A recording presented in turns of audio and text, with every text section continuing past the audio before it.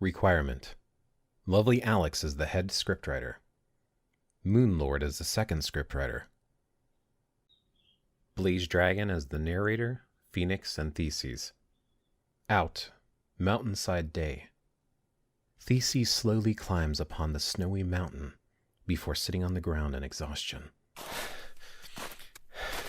Jesus, I thought that was going to take me forever. Okay, now where's that cave I've been looking for? A gust of wind appears.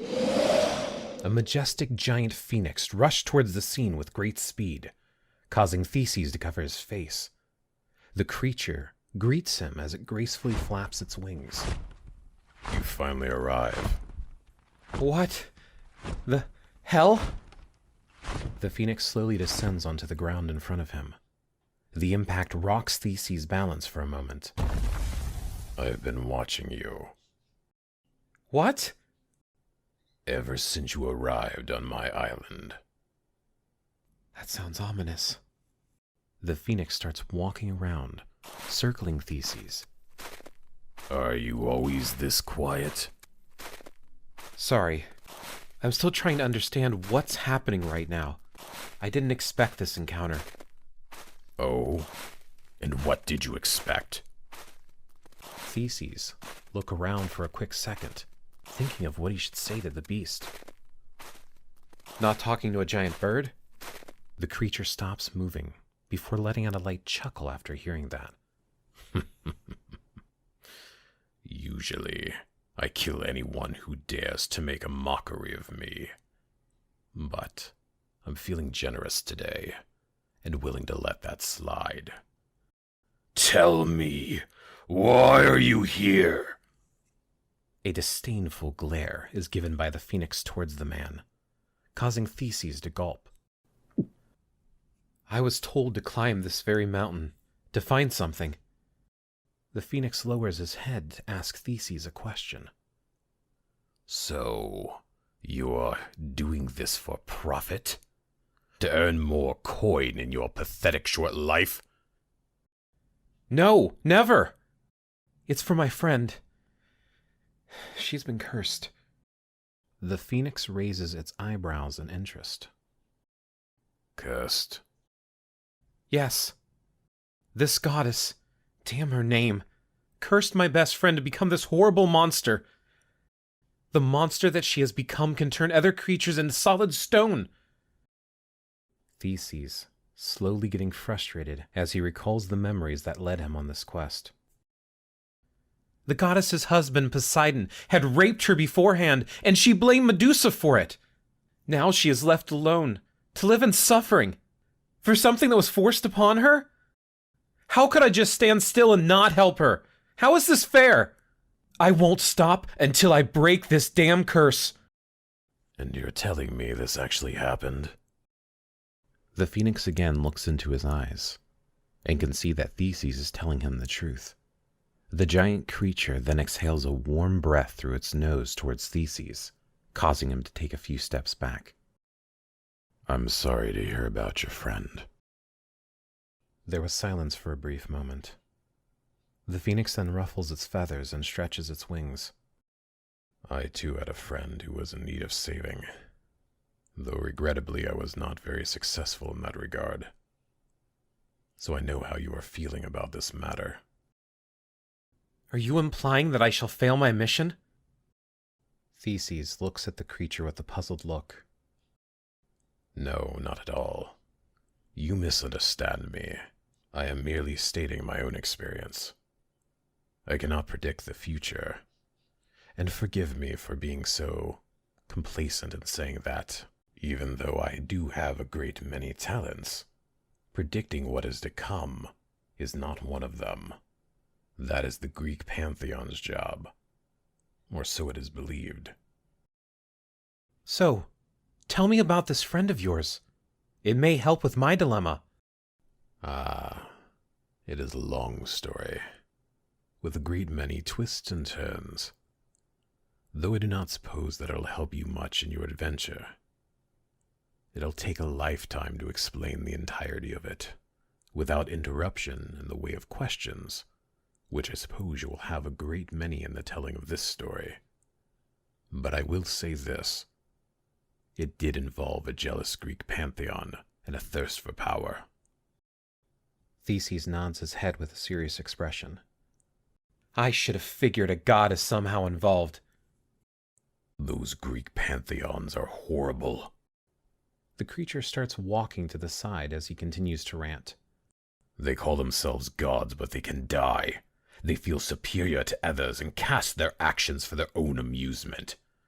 They demand to be worshipped, but refuse to give help whenever they're asked. They take advantage of others, but hate when the roles are reversed. I can't imagine another pathetic entity. But I digress. Now that you mention it, they are horrible. Glad that we can agree on something. Why hasn't anyone done something about it? The phoenix stops and glares upon the human, as if he was asking a stupid question. There have been multiple oppositions throughout time from mortals. But how can anyone really? The Greek pantheons are obsessed with power, and they'll do anything to preserve it. The giant beast then stares at the stars for a moment, before Theseus interrupts his train of thought. And you're okay with this? With the way of their ruling? Unlike the pantheons, I am eternal. So, when the age of their demise eventually comes, I'll be there to greet the future. Theseus scratched his head, alerting the phoenix to focus on the man. Well, as interesting as this is, I should be going. You know, saving my friend from a terrible fate and all that. Theseus said half-jokingly at the flaming creature.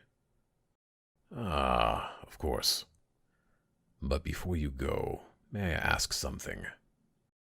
I don't see why not. Ask away. I can sense that you are frustrated in this little journey you're in. Tell me, despite being in this noble cause, how many did you kill to get here? Excuse me? I'm asking how many creatures and people that you cut through with that sword right there. The phoenix points at Theseus' glowing crystallized green sword with its massive talons. Theseus looks at it before turning his head back to the beast. You expect to tell me that along the way through this island, you were lucky enough not to harm a living soul? I only use it as an act to defend myself. Again, the mighty beast gives a light chuckle. This time, Theseus starts to get irritated by it. That's funny. So all of those souls that lost their life to you were just that? Self-defense? I don't know what you're implying. I don't seek coming here and just kill whoever I see. The creature flaps its wings, creating a gust of air around him. This action startled Theseus. The smile from the phoenix's face disappears as it starts to get serious.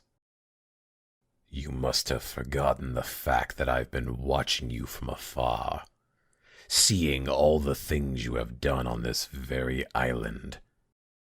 You're saying that the life of your dear friend is much more important than all the lives you have taken? The phoenix interrupts him. But what about those lives you have taken? What about their loved ones? Who avenges them? But I had to. They were stopping me from... I listened to your story, boy. That doesn't change the fact that many lives were lost here after you came to this island. And as the protector of this island, I can no longer allow you to go past any further and do harm. They exchange glare with one another. Another brief moment has passed. Despite being touched by your heroic tale earlier, I say it's time to end this formality. Judging by this situation, I'm guessing we'll be fighting now. Theseus, slowly clutching his weapon while not breaking eye contact with the phoenix. Fighting? No. Fighting means both parties are going to be engaged in combat. This is more of a one-sided slaughter.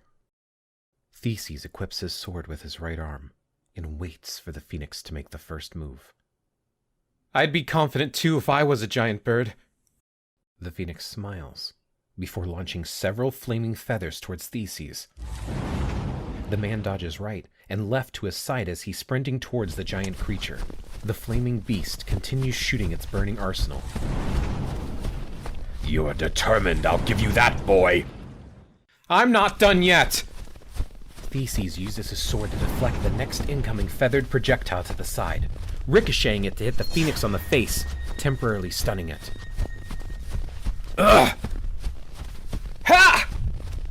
The man screams loudly as he's about to land a hit on the unaware creature. The battle ends abruptly as an unknown feather projectile catches Theseus off guard and knocks him off the mountain. He desperately clutches his hand onto the air to grab it as he falls off into the unknown. End script.